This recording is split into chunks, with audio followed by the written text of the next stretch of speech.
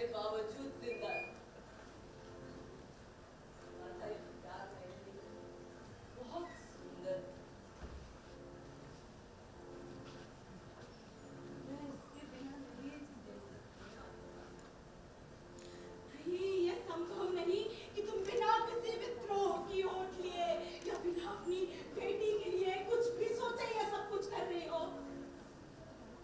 किसी के लिए कुछ नहीं सोचा और विद्रोह के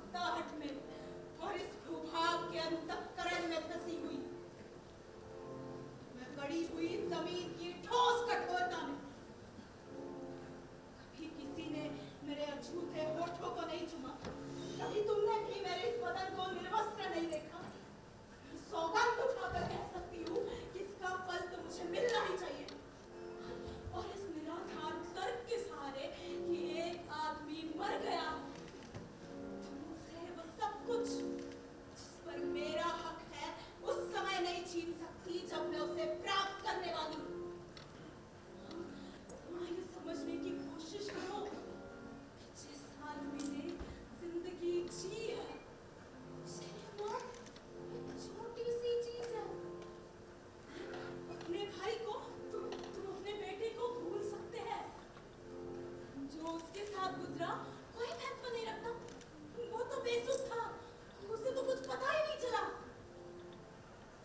लेकिन मुझे तुम उन सारी चीजों से वंचित रखोगी, मेरे लिए वो सब कुछ नामंजूर कर दोगी उसे हमेशा मिलता रहा। क्या ये जरूरी है वो अब मुझसे मेरी माँ का प्यार भी छीन ले और तुम्हें हमेशा के लिए अपने बर्फ जैसी जमी हुई नदी में ले जाए? माँ, मैं तो बहुत कम में ही सब्र करूंगी। कुछ ऐसे भी शब्द हैं जो मैं तुमसे कभी कह नहीं सकती, लेकिन अच्छा होगा यदि हम अपनी पहली वाली जिंदगी दोबारा शुरू करें। तुमने उसे पहचान लिया हमारा? नहीं, मैंने उसे नहीं पहचाना। मुझे उसकी शक्ल बिल्कुल याद है। लेकिन ये तो जैसा होना होता है हो जाता है। तुमने ही तो कहा था कि संसार तर्क सम्मत नहीं है। लेकिन ये सवाल पूछकर तुम मुझसे गलती नहीं कर रही, क्योंकि अब मैं ये कह सकती हूँ कि अगर मैं उसे पहचान भी लेती तो कोई फर्क नहीं पड़ता। मैं चाहती हूँ ये कभी सच ना।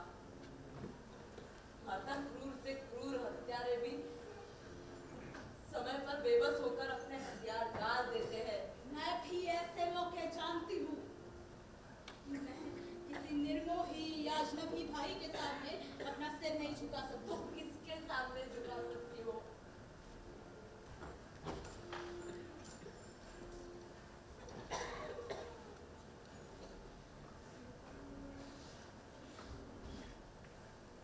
तुम्हारे सामने।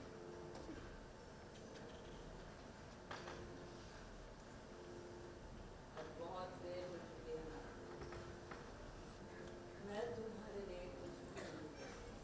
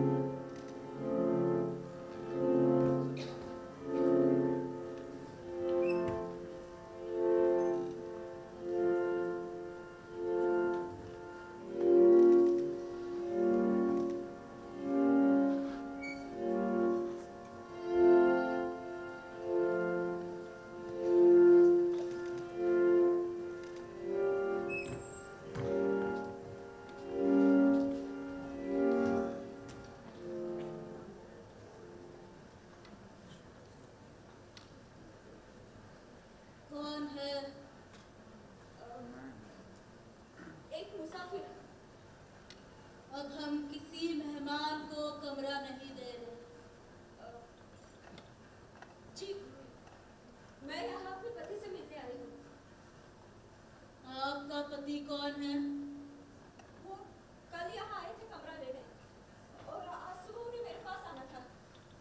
मुझे आश्चर्य है उन्होंने ऐसा नहीं किया। उन्होंने कहा था कि उनकी पत्नी विदेश में है। हाँ, उनके कुछ निजी कारण थे, लेकिन अब हमारा मिलना बहुत जरूरी है। ये आपके लिए मुश्किल होगा। आपके पति अब यहाँ नहीं है। ये आप क्या कर रही? क्या कल उन्होंने यहाँ कमरा नहीं लिया था? एक कमरा लिया था, लेकिन वो रात को ही खाली कर दिया। मैं इस बात पर कैसे विश्वास कर सकती हूँ, जबकि मैं वो सारे कारण जानती हूँ जिनकी वजह से उन्होंने यहाँ कमरा लिया था। लेकिन आपके बात करने के तरीके से मुझे बहुत घबराहट हो रही। आप जो कुछ कहना चाहती है मुझसे कह सकती है। मुझे आपसे कुछ नहीं कहना, सिवाय इसके कि आपके पति यहाँ नहीं है। वो मुझे छोड़ के नहीं जा सकते, लेकिन आपकी बात भी मेरे समझ में नहीं आ रही। देखिए, क्या वो पक्की तरह से कमरा खाली करके गए हैं, या फिर उन्होंने वापस लौट कर आने का जिक्र किया था? वो पक्की तरह छोड़कर चले गए। देखिए, कल से इस अनजान जगह पे मैं एक ऐसा इंतजार कर रही हूँ जिसने मेरा सारा धैर्य खत्म कर दिया है। अपने घबराहट से व्याकुल होके मैं यहाँ आई हूँ, और अब बिना अपने पति से मिले या बिना ये जाने कि मैं उन्हें कहाँ ढूंढूं, मैं यहाँ से जाने के बारे में सोच भी नहीं सकती हूँ। इस बारे में मैं आपसे कुछ नहीं कह सकती। आप गलत कर रही है। आप इस बारे में बहुत कुछ कह सकती है। मैं नहीं जानती मेरे पति मेरा आपसे ये बात करना पसंद करेंगे या नहीं जो मैं अब करने जा रही हूँ, लेकिन अब मैं तंग आ चुकी हूँ इन उलझनों से। वो आदमी जो कल आपके यहाँ आपके होटल में कमरा लेने आया था, वो और कोई नहीं बल्कि आपका वही भाई है जिसका जिक्र तक आपने वर्षों में नहीं सुना होगा। आप मुझे कुछ नया नहीं बता रही। तो आखिर हुआ क्या है? आपके भाई यहाँ क्यों नहीं? क्या आपने उन्हें नहीं पहचाना? आपकी माँ और आप उन्हें देख के खुश नहीं हुए? आपके पति देव अब यहाँ नहीं है, क्योंकि वो मर चुके हैं।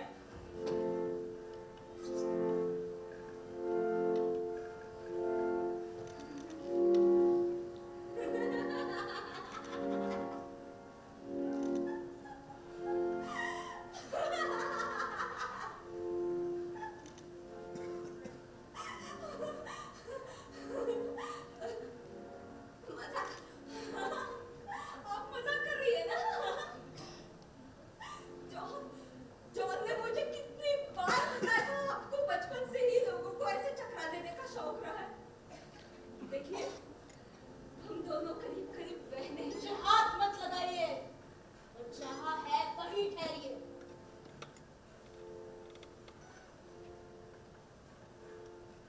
आपके पति पिछली रात मर गए। विश्वास कीजिए, मैं कोई मजाक नहीं कर रही।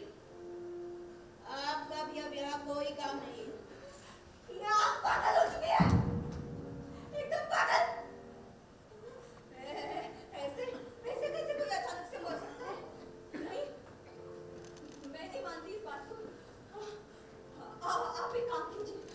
हाँ, आप मुझे उन्हें मरा हुआ दिखाइए। हाँ, आप मुझे मरा हुआ दिखाइए। कभी जाके मैं शायद इस बात पे विश्वास कर पाऊँ जिसकी मैं कल्पना तक नहीं कर सकती। सुन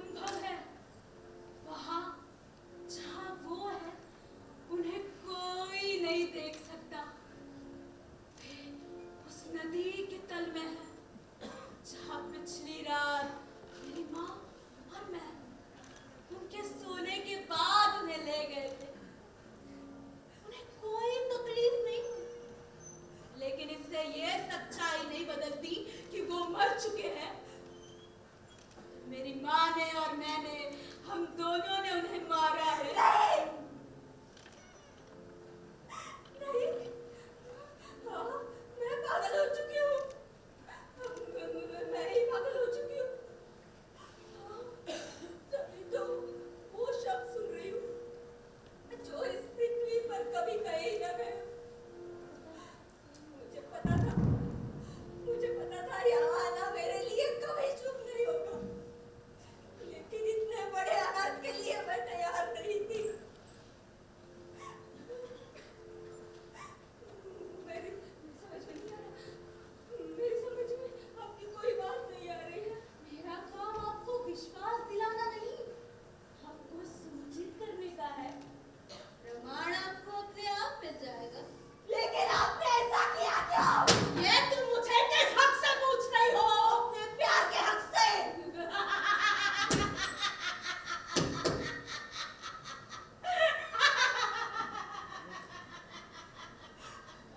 इस शब्द का क्या मतलब होता है? इसका मतलब वो सब होता है जो इस समय मुझे खाए जा रहा है, वो जो मुझे अंदर से छीन रहा है, वो भ्रांति जो इन बातों को हत्या के लिए उकसा रही है। सुनो, अगर इस समय यह अविश्वास मेरे अंदर इस तरह से ना बैठा होता तो तुम्हारे चेहरे को अपने नाखूनों से फाड़ती और तब तुम्हें पता चलता इसका मतलब क्या होता है। आप निश्चय ही ऐसी भाषा बोल रही है जिसे मैं समझ नहीं पा रही। मुझे प्यार, हर्ष, दर्द जैसे शब्द मुश्किल से सुनाई देते हैं।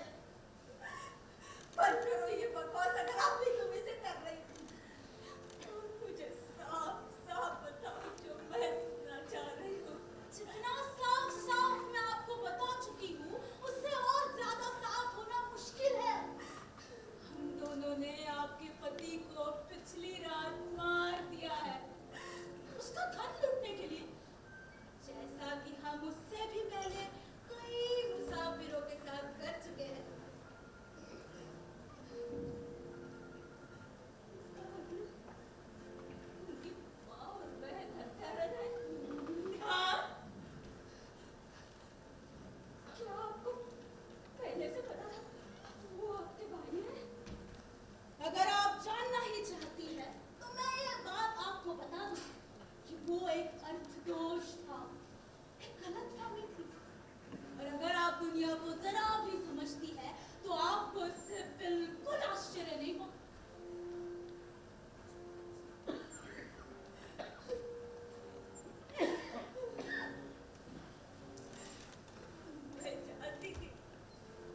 मैं जानती थी ये खेल रक्त रंजित होने के अलावा कुछ और हो ही नहीं सकता।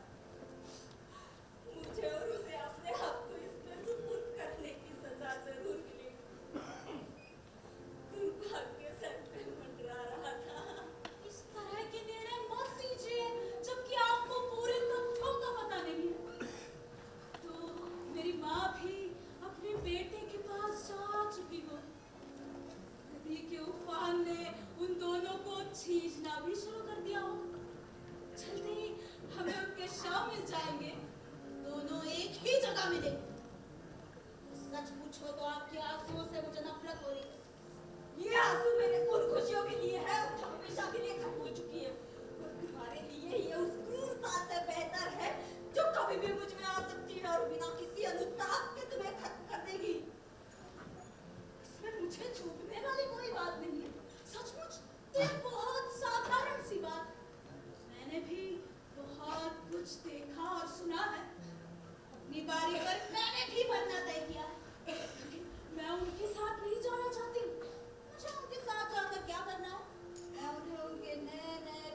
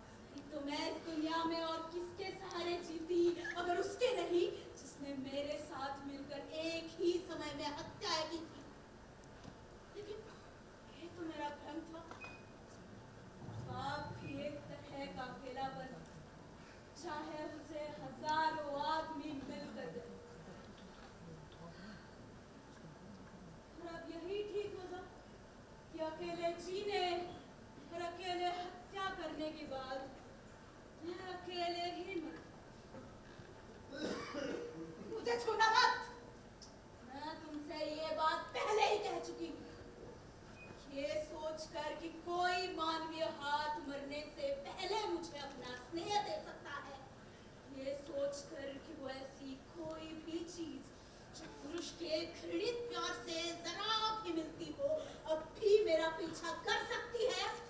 मेरा खून उबलकर कनपट्टियों तक चढ़ जाता है। डरो मत, मैं तुम्हें वैसे ही मरने दूंगी जैसा तुम चाहती हो। मैं तो अब अंधी हो चुकी हूँ, तुम्हें देख भी नहीं सकती। मेरे लिए ना तुम ना तुम्हारी माँ कभी भी उन अस्थायी चेहरों के अलावा कुछ और हो सकती है, जो एक ऐसी दर्द भरी कहानी के दौरान जो कभी खत्म नहीं होगी। मेरे मन में तुम्हारे लिए ना ही घृणा है ना सहानुभूति। मैं खुद अब ना किसी से प्यार कर पाऊंगी, ना ही नफरत।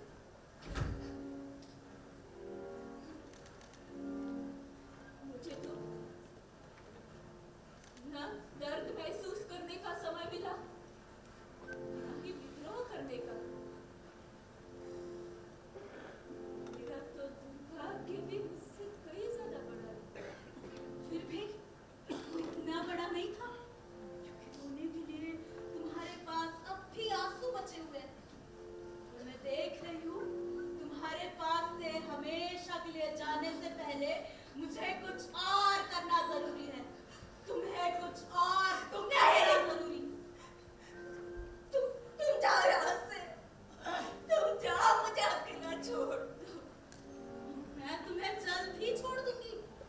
और वास्तव में मुझे भी चैन मिलेगा, क्योंकि तुम्हारा ये प्यार और ये सिस्टियाँ मुझसे सहन नहीं हो रही।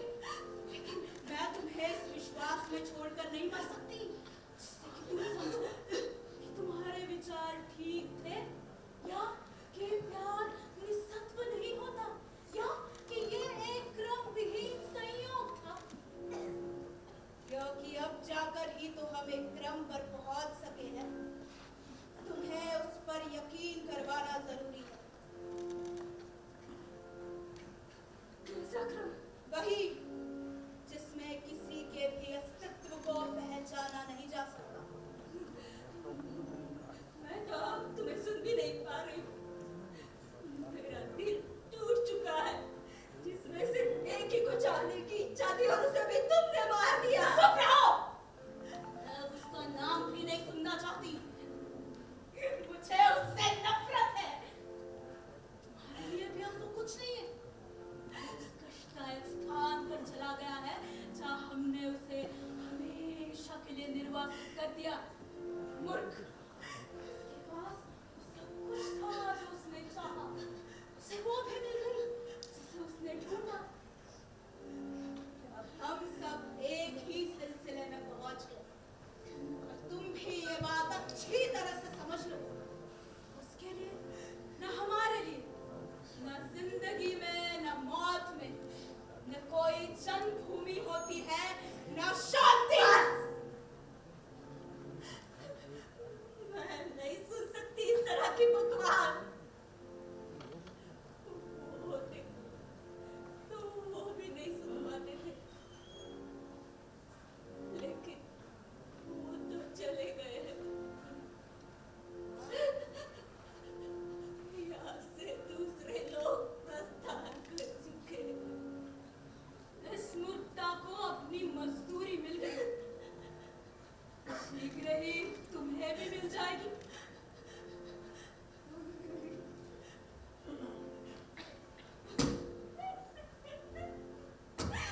मैं कहती हूँ, हमारे साथ धोखा हुआ है। क्या फायदा है जीवन की इतनी चाह का, आत्मा की इतनी पुकार का? क्या जरूरत है समंदर के इतने सपने देखने की, या प्यार की आस रखने की? ये उपहासजनक है। तुम्हारे पति को अब इसका जवाब मिल गया है। डरावना मकान, जहाँ हम सब अंत में एक दूसरे से सट कर पड़े होंगे।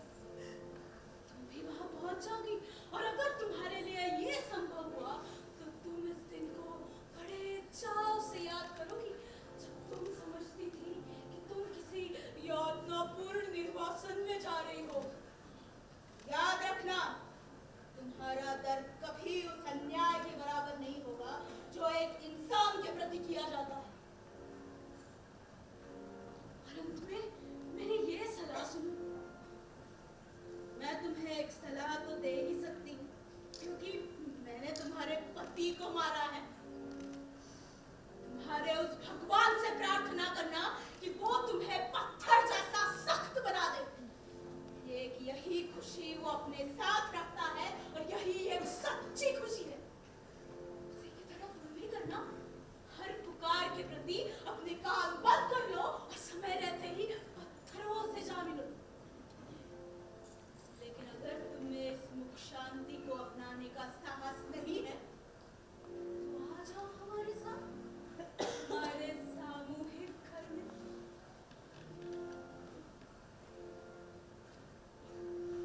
अलविदा मेरी बहन। तुम देख रही हो सब कुछ कितना आसान है। तुम्हें सिर्फ एक पत्थर की बेबलत खुशी और कीचड़ भरे बिस्तर के बीच जहां हम तुम्हारा इंतजार करेंगे अपनी पसंद तय करनी है।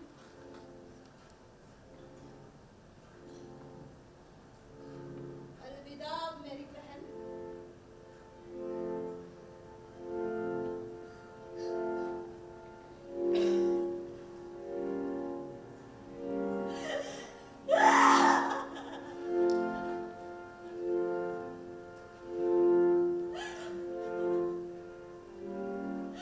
हे ईश्वर, मैं अब इस वीरान में नहीं जी सकती। मेरी ओर देखो प्रभु, मुझसे बात करो। अभी से तो मुझे शब्द मिलेंगे। मेरी पुकार सुन लो प्रभु, मेरी ओर देखो, मेरी मदद करो, दया करो प्रभु, दया करो, दया करो सब पे जो एक दूसरे से प्यार करते हैं ऑडियो है इसमें, ऑडियो नहीं देखती रहे, ऑडियो थोड़ी और बिछड़ चुके हैं। ऑडियो कहाँ से देगा? पता नहीं, लेकिन हाँ, मुझे मुझे आपकी मदद की जरूरत है। मेरी मदद कीजिए, मेरी मदद कीजिए।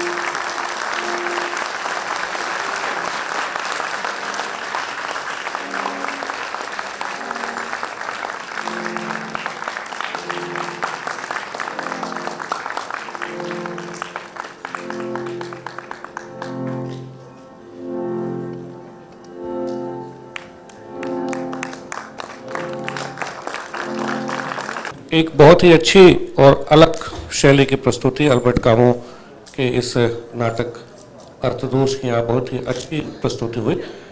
मैं मंच पर सादर आमंत्रित करता हूँ इस नाटक के निर्देशक श्रीकांत जी और उनकी पूरी टीम को।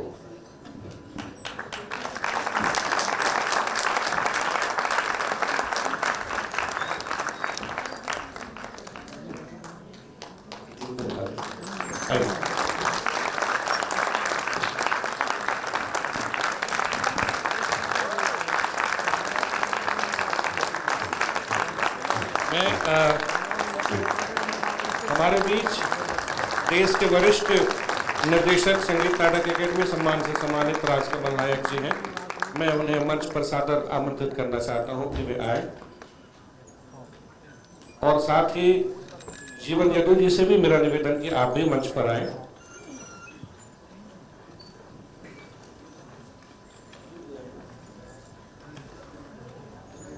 और मैं चाहता हूं कि हमारे जो निर्देशक हैं उनका पुष्पगुच्छ भेंट कर और स्मृति चिन्ह भेंट कर उन्हें पुष्पगुच्छ भेंट कर उन्हें सम्मानित करें।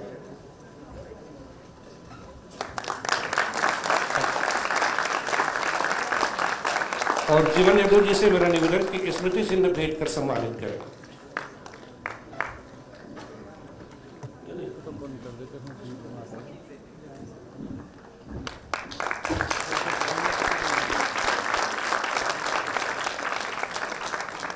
सर, और श्रीकांत जी से मेरा आग्रह कि अपने कलाकारों से परिचय कराएं।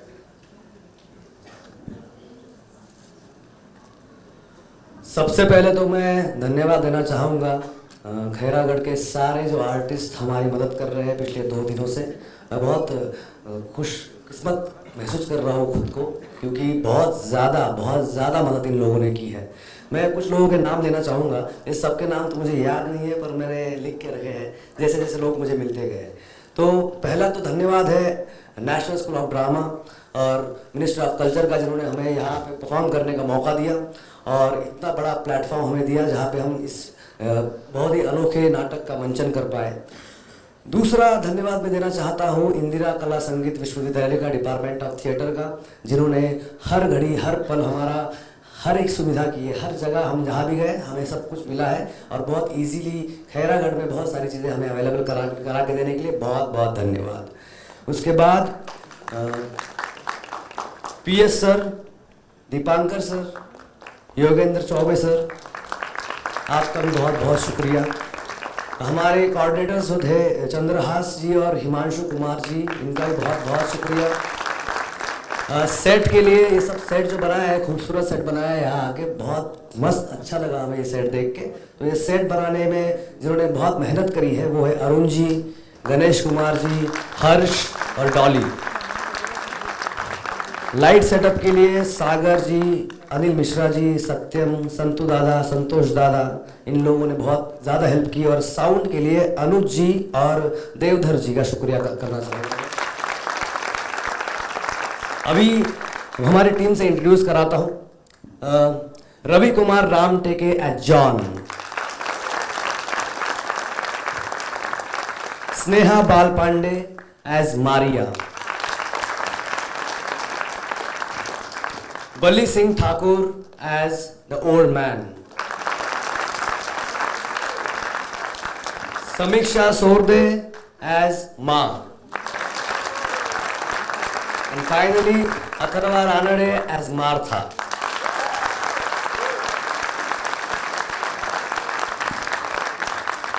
इस नाटक में जैसे मतलब आप ऑर्डर में आए तब से जो भी म्यूजिक आप सुन रहे हैं वो ओरिजिनली कंपोज था हमारे music composer Suraj नागने sir. Please stage पर आ जाइए।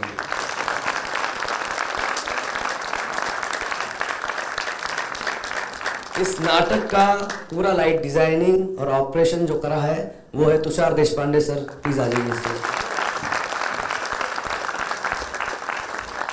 और मैं खुद श्रीकांत गाडगे इस प्ले का निर्देशक हूँ।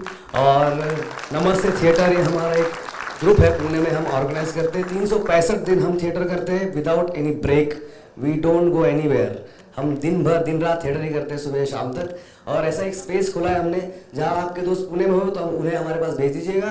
बिल्कुल थिएटर फ्री में होता है हमारे यहाँ पे, बिल्कुल उनको कभी भेजिए। जी सर। आपने मेरा काम कम कर दिया, आसान कर दिया। मैं अभी सारे टेक्निकल टीम के इसके पहले एक निर्देशक के साथ हम बातचीत रखेंगे, जैसा कि कल आपने देखा सुना। लेकिन इसके पहले मैं अपने टेक्निकल टीम को मैं मंच पर आमंत्रित करना चाहता हूं। मैं चाहता हूं कि जो हमारे इस टेक्निकल कोऑर्डिनेटर थे PS मलत्यार, वो मंच पर आए। जो लोकल और टेक्निकल दोनों कोऑर्डिनेटर थे अरुण मांगे वो मंच पर आए। इनके साथ जो सेट जो देख रहे थे, हर्ष, चंद्राकर और गणेश, आप दोनों मंच पर आए और आपकी पूरी टीम आए, आपकी पूरी टीम आए।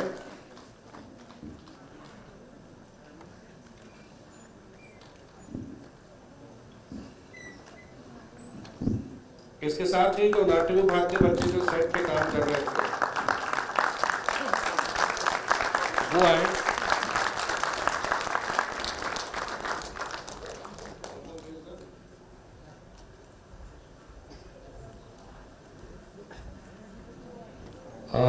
मैं अभी नाम खोज रहा हूँ। डॉली आ गई? डॉली है, पुष्पेंद्र केवट, विवेकानंद साहू, रमेश कुमार वैद। विवेकानंद बीएचयू से यहाँ छुट्टी में आए थे तो वो भी यहाँ आ गए थे, वापस बीएचयू चले गए हैं। बीएचयू में वो एमएसए की पढ़ाई कर रहे हैं। और ये है हर्ष चंद्राकर और ये है गणेश उर्फ आकाश, बोल दिया था उस समय में इसको। और इन दोनों ने ही वो जो मेमेंटो है, जो स्मृति चिन्ह है, इन दोनों ने ही बनाया है उसे। और इसके साथ ही जो लोग विशेष रूप से सेट पे काम कर रहे थे, दिन रात इनके साथ लग के और सेट बनाना भी सीख रहे थे, सोमनाथ साहू, ओमेंद्र, रुद्रांश, रुपेश और डेनियल, ये अगर है तो ये भी आ जाए। और कोकिल डेनियल, हाँ कोकिल डेनियल। इसके साथ ही पूरे मेरे साथ जो पूरी व्यवस्था में लगे रहे, जैसा कि आपने श्रीकांत जी ने कहा कि सारे बच्चे एक तरीके से ये सीख भी रहे थे। इनका एक कोर्स भी होता है इवेंट मैनेजमेंट का, तो हमने कहा कि यही इवेंट मैनेजमेंट को आप कैसे सीखोगे, पढ़ के तो ठीक है, करना सीख जाओ। तो मैं चाहता हूं कि बच्चे जहाँ जहाँ अपनी अपनी जगह पे बैठे हुए हैं वो खड़े हो जाएं और एक बार जोरदार तालियों से उनका स्वागत करें।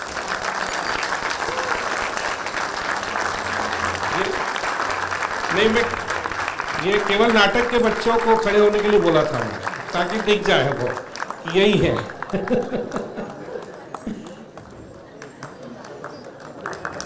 और इसके रूप में विशेषकर मैं सागर को भी मंच पर आमंत्रित करना चाहूंगा। हमारा पूर्व स्टूडेंट है लेकिन लगातार यहाँ पे उसके साथ लगा रहा।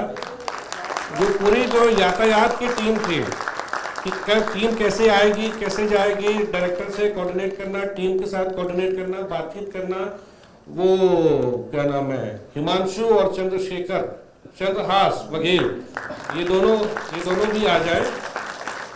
मैं अंत में हम पूरी टीम को मंच पे बुलाएंगे। हाँ। एक चीज बहुत जरूरी है जो भूल गया मैं, अरे हमारे बैकस्टेज टीम को भूल गया। यस, तो बैकस्टेज टीम प्लीज स्टेज पर आइए। Vijay Mumane please come. नव्या ओम अग्निहोत्री, पीयूष बर्डे और Apurva Aditya please come on stage.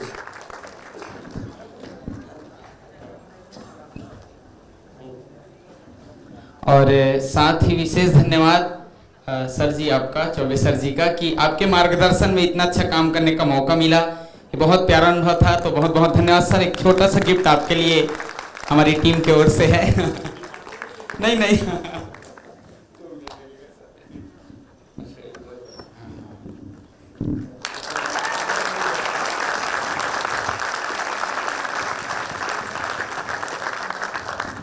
ऐसे मिल के काम करेंगे। अभी बहुत काम करना है, बहुत दुनिया घूमना है अभी हम लोग को ना। तो अब